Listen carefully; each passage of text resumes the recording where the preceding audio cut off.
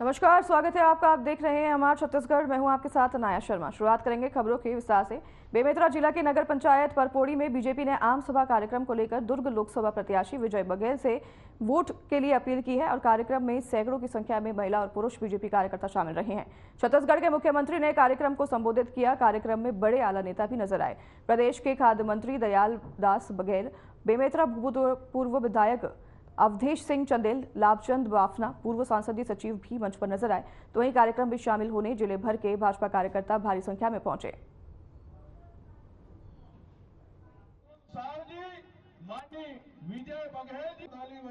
आज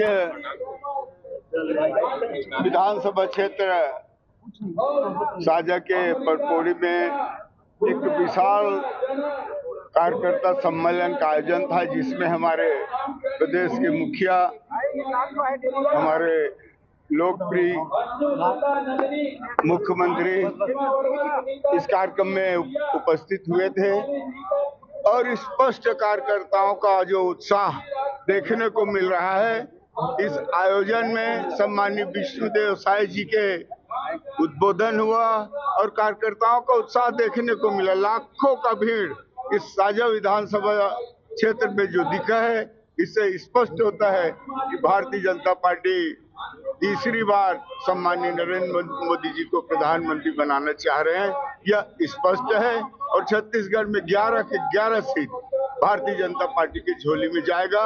मैं नहीं बोल रहा हूं, ये लोगों का, कार्यकर्ताओं का उत्साह दिख रहा है, बता रहा है। धर्मांतरण से फायदा मिलेगा बीजेपी को?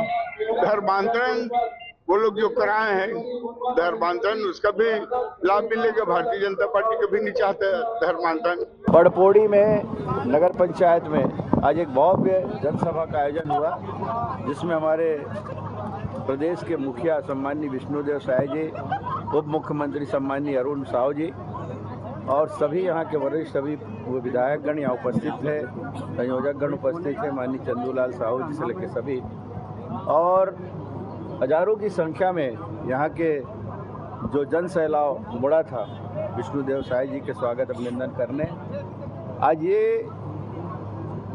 आज प्रमाणित कर दिए साजा के लोग कि पहले से और ज़्यादा वोटों से जिताकर भारतीय जनता पार्टी को विजय श्री दिलाई। छत्तीसगढ़ में माननीय विष्णुदेव साय जी 11 लोकसभा में भारतीय जनता पार्टी के जो प्रत्याशी उसके प्रचार में जा रहे हैं। दुर्ग लोकसभा में आज ये परपोड़ी के स्टेडियम ग्राउंड में आकर के एक सभा को संबोधित किए। माननीय विजय बघेल जी को जिताने की उन्होंने अपील किया।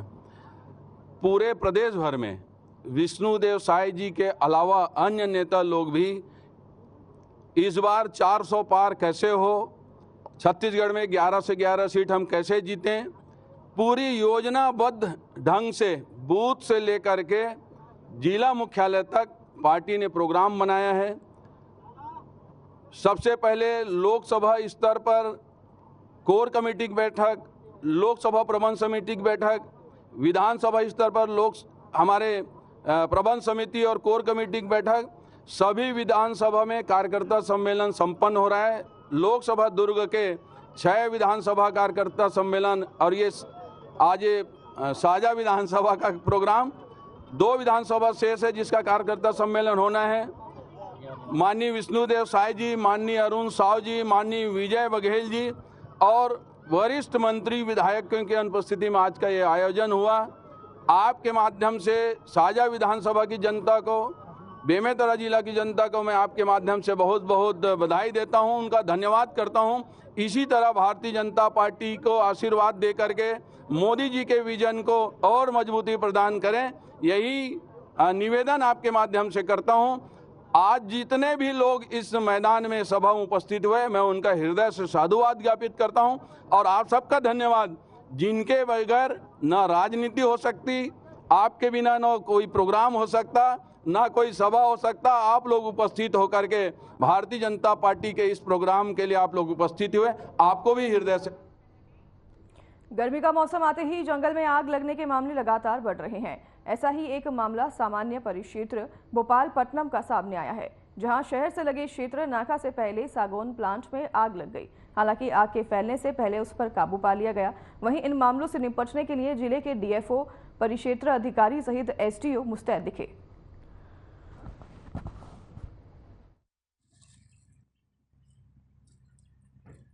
आग की बातें हैं तो आग जो है जाने अनजाने में लग जाता है, तो उसके कारण से बहुत सारा वनस्पति, बहुत सारा जीव जंतु, पेड़ पौधे उसका भारी नुकसान होता है। जलाऊ लकड़ियाँ जो गिरे पड़ी रहती हैं वो जल जाते हैं। तो छोटे छोटे जीव जंतुओं के मतलब कि जो कीड़े मकोड़े हैं, जो उपजाऊ है वो जल जाता है। घास है वो जल जाता है। घास जो है उसके जलने के कारण से उसका बीज भी जल जाता है। साथ ही जो हमारे जो ग्रामीण लोगों के मवेशियाँ हैं उसके लिए भरपूर मात्रा में चारा मिलना चाहिए था, वो नहीं मिल पाता है।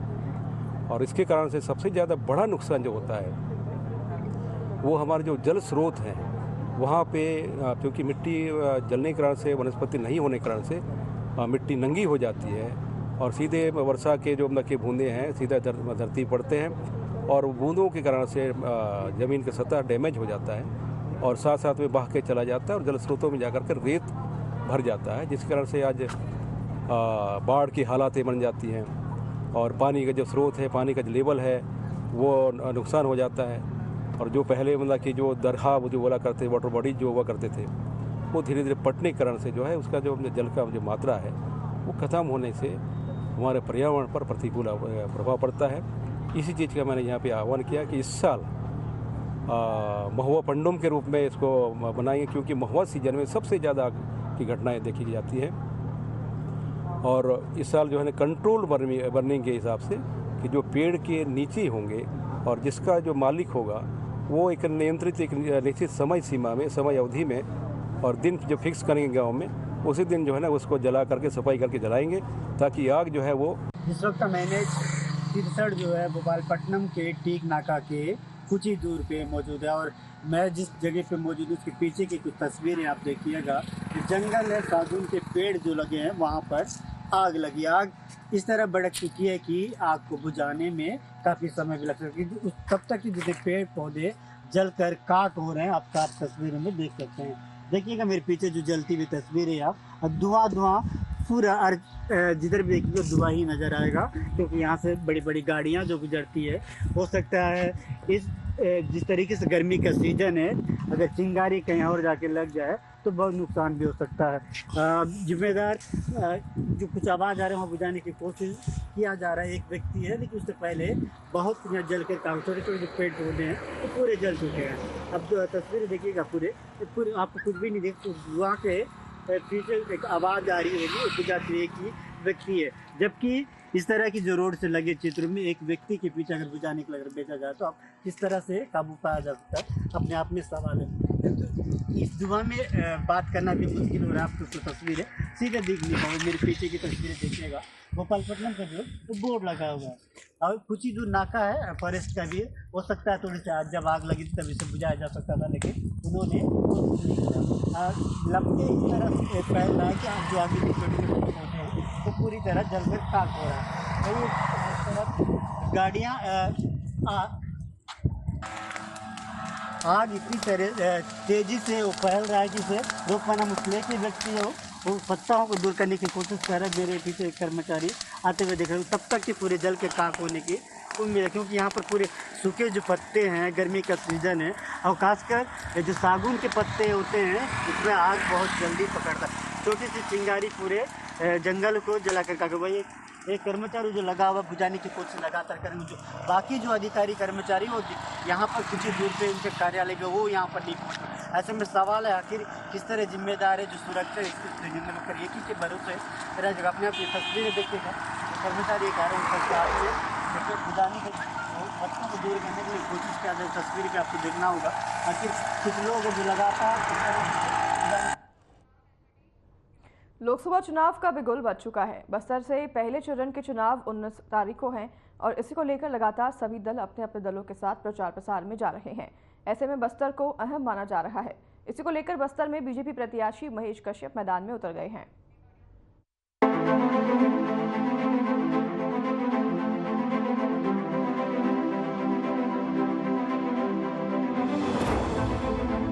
बस्तर देश का सर्वाधिक नक्सल हिंसाग्रस्त इलाका है। मगर इससे अलग बस्तर की कई और सामाजिक, सांस्कृतिक और सियासी पहचान है। आदिवासी इलाका होने के बाद भी वहां के वोटर अपने अधिकारों को लेकर कहीं अधिक सतर्क होते हैं। बता दें कि नोटा से सबसे अधिक वोट बस्तर में मिलते हैं। बस्तर के वोट जिस किसी भी पार्टी को पड़ते हैं एक तरफा मिलते हैं।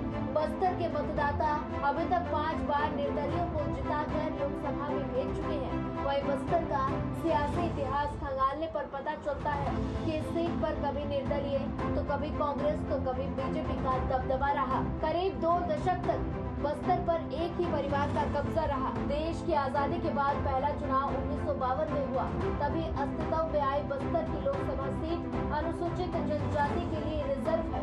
बस्तर लोकसभा सीट में अब तक 18 बार लोकसभा चुनाव हो चुके हैं। इस सीट को कांग्रेस अपना गढ़ बताती है, क्योंकि 1952 से लेकर 1998 तक लोकसभा चुनाव में कांग्रेस के प्रत्याशी की जीत होती रही। पहले लोकसभा चुनाव से लेकर वर्ष 1996 तक ये कांग्रेस की परंपरागत सीट मानी जाती रही, लेकिन वर्ष 1996 में पहली बार निर्दलीय प्रत्याशी को यहाँ के लोगों ने चुना और फिर 1998 से लगातार 5 बार ये सीट भाजपा के पास रही।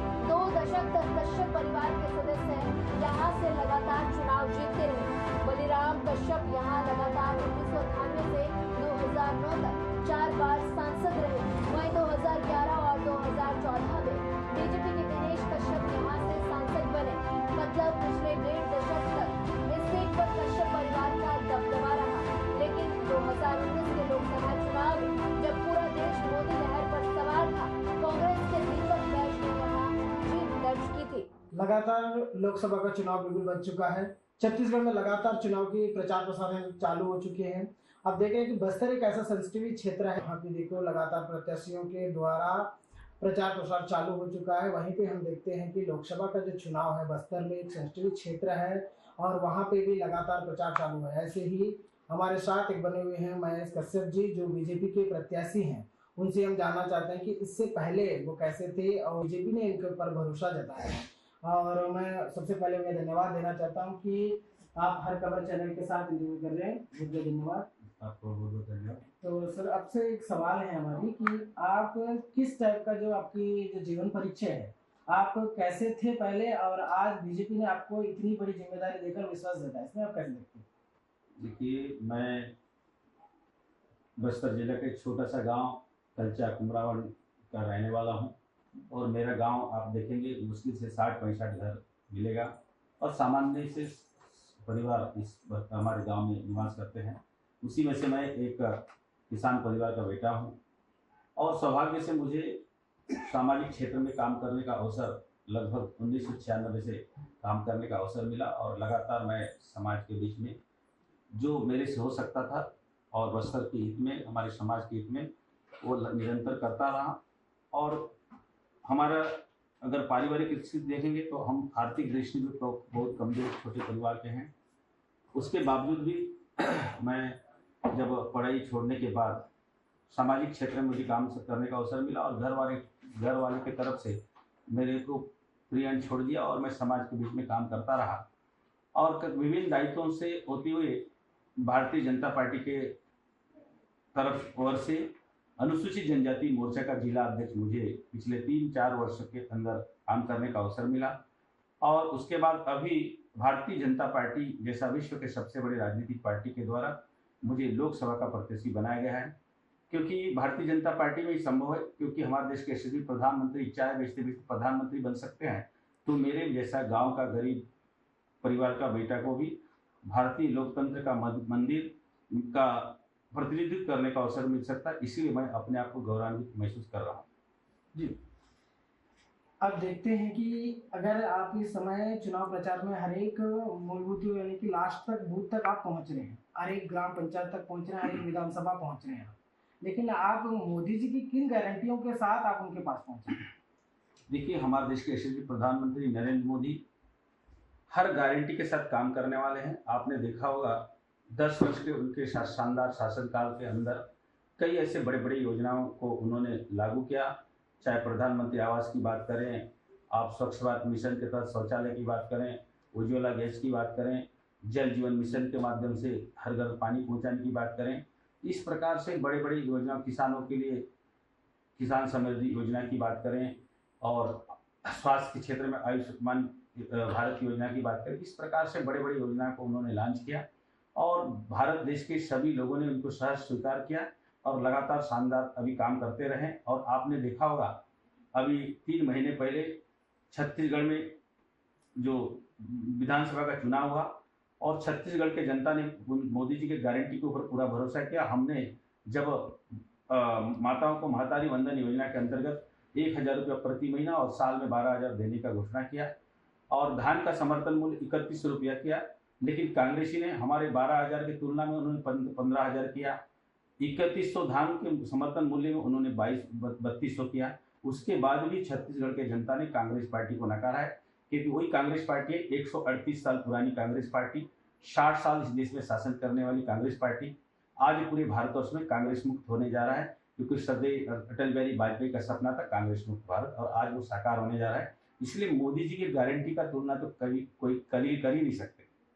जी, आज जब से लोग जो विधानसभा का चुनाव हुआ है उसमें हम देखते हैं कि 100 दिन पूरे हो चुके हैं, उसमें क्या क्या योजना छत्तीसगढ़ में लागू की गई?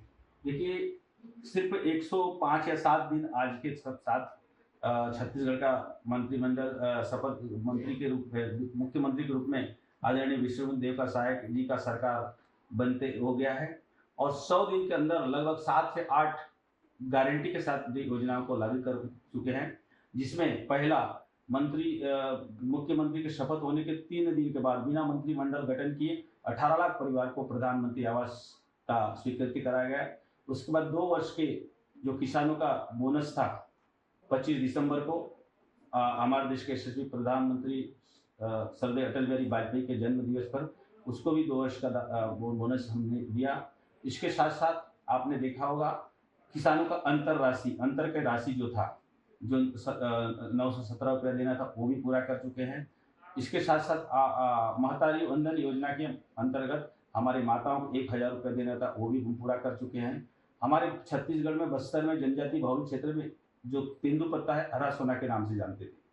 हमारे भारतीय जनता पार्टी का सरकार में संकल्प था कि हम प्रति मानक बोरा 5,500 रुपये दर से लेंगे। उसको भी हम जंगल यात्रा के माध्यम से कोंडागांव में उसको भी लॉन्च किया, क्योंकि हम 15 दिन खरीदेंगे भी। इसके अलावा जो हमारे भारतीय जनता पार्टी की तरफ से जो सुविधाएं पहले मुहैया कराया जाता था, चरण पादुका हो, बोनस हो, बीमा हो, उनको भी हमने पूरा किया।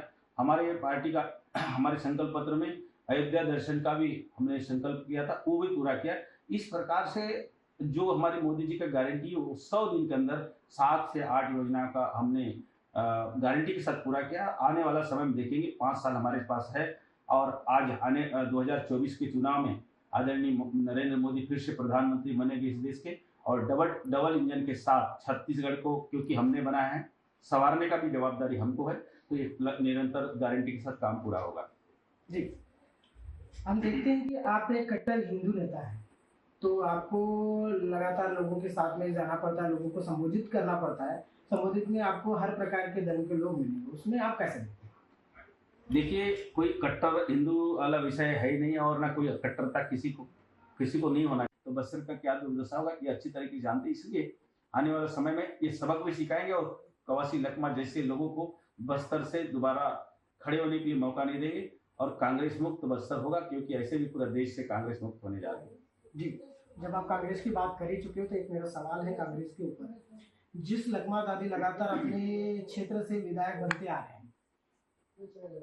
तो वहाँ पे सबसे बड़ी सवाल ये उठती है कि जो कांग्रेसी प्रत्याशी जो लखमा दादी है उनके ऊपर ये आरोप लगता है कि आप जैसे ही प्रत्याशी घोषित होते हैं तो आप पैसा बांटते दिख रहे हो।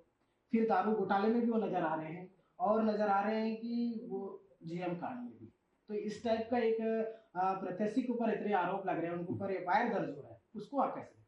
देखिए, कांग्रेस पार्टी का इतिहास देखेंगे, 138 साल पुरानी कांग्रेस पार्टी, 60 साल इस देश में शासन करने वाली कांग्रेस पार्टी को आज प्रत्याशी नहीं मिल रहा है। वर्तमान कांग्रेस के प्रदेश अध्यक्ष, पीसीसी अध्यक्ष और वर्तमान सांसद चुनाव लड़ने से भाग चुके। अंतिम समय में कवासी लखमा जैसे व्यक्ति को यहाँ का लोकसभा प्रत्याशी बनाएंगे, क्योंकि मालूम है वही के कवासी लखमा है। शराब घोटाला का 2000 करोड़ का शराब घोटाला का दोषी है। और ऐसे लोगों के पास क्योंकि अनगिनत जो भ्रष्टाचार का पैसा है, तो उस पैसा को के दम पे चुनाव लड़ने की बात करें, लेकिन अब वो सब चलने वाला नहीं है। इसीलिए चाहे कितना भी पैसा लगाए, वो छत्तीसगढ़ की जनता, बस्तर की जनता जान चुके हैं, पहचान चुके हैं, ऐसे लोगों को दोबारा छत्तीसगढ़ में या बस्तर में आने नहीं देंगे। राहुल गांधी का एक आरोप है जिसमें वो साफ कह रहे हैं कि चुनाव के समय में सारे बैंक बंद कर दिया गया है, बैंक खाते बंद कर दिए हैं, और मैच फिक्सिंग की बात करिए, मैच फिक्सिंग कोशिश कर दिया जा रहा है, जिसमें मोदी जी चंद उद्योगपतियों से मिलकर ये आरोप लगा रहे हैं। देखिए राहुल गांधी अपने आप का गांधी परिवार का उत्तराधिकारी मानता है। युवा अपने आप को भारत का युवा नेता मान के गांधी परिवार से कांग्रेस का सबसे बड़ा अपने आप को नेता बताता है।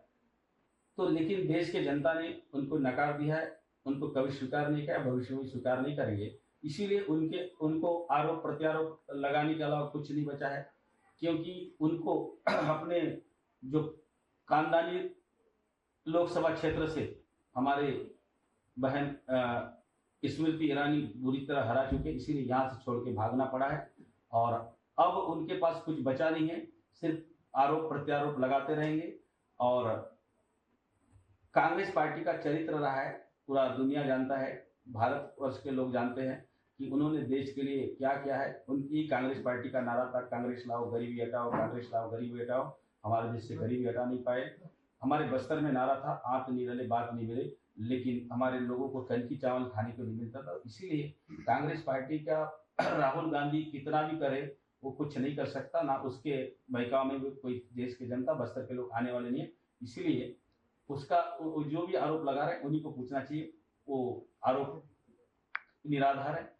और हमारा जो भारतीय जनता पार्टी का सरकार का उद्देश्य है सबका साथ, सबका विकास, सबका विश्वास, इसी उद्देश्य के साथ हम काम करते रहेंगे और राहुल गांधी अपना काम करते रहेंगे। लोकसभा चुनाव के लिए कांग्रेसों की 5 गारंटी देश के लिए, लोगों के लिए आशा की नई किरण दिखाई, इसमें आप कैसे? देखिए, मैं अभी इससे पहले मैं आपको बता चुका हूँ, कांग्रेस कितना बड़ा भी गारंटी दे, कितना बड़ा योजनाओं के माध्यम से लोगों को लोभ लुभाने वादे से अपने पक्ष में लेने का प्रयास करेंगे। अभी देश की जनता जान चुकी है। वही मैं बताया कि कांग्रेस पार्टी के 60 साल तक कांग्रेस लाओ गरीबी हटाओ के नारा दिया, लेकिन भारत देश को, बस्तर क्षेत्र देश को बर्बाद करके रखा, गरीबी से कभी उठा नहीं पाया। और वो कांग्रेस को आज चुनाव जीतने के लिए इसी प्रकार से लोभ लुभाने वादे के अलावा कुछ नहीं बचा है। आपने देखा होगा भारतीय जनता पार्टी का आदरणीय डॉक्टर रमन सिंह के 15 साल के शासनकाल में जो काम किया गया था, इसीलिए उनको हरा नहीं सकते थे, इसलिए 36 वादे करना पड़ा और गंगा जल का लेकर संकल्प करना पड़ा, तब जाके उनका सरकार 5 साल पूर्व छत्तीसगढ़ में उनको छत्तीसगढ़ की जनता ने उनको पूर्ण बहुमत का सरकार दिया। लेकिन 5 साल में उनका चरित्र को पहचान के जो भ्रष्टाचारी कांग्रेस का नीति को पहचाना और उसको छत्तीसगढ़ को उखाड़ के फेंक दिया। इसलिए इस प्रकार से जो लोभ लुभाने वादे के दम पे चुनाव जीतने की बात कर रहे हैं, कभी उनके बहकाव में आने वाले नहीं हैं, उनके लोभ लुभाने वादे में फंसने वाले नहीं। बहरहाल अब देखने वाली बात ये होगी, क्या बीजेपी अपनी पुरानी बादशाहत को वापस बरकरार रखने के लिए कांग्रेस से ये सीट छीन लेगी, या फिर जो कांग्रेस इसे अपना गढ़ बनाने की नीति तैयार कर रही है उसमें कामयाब हो जाएगी। Bureau report.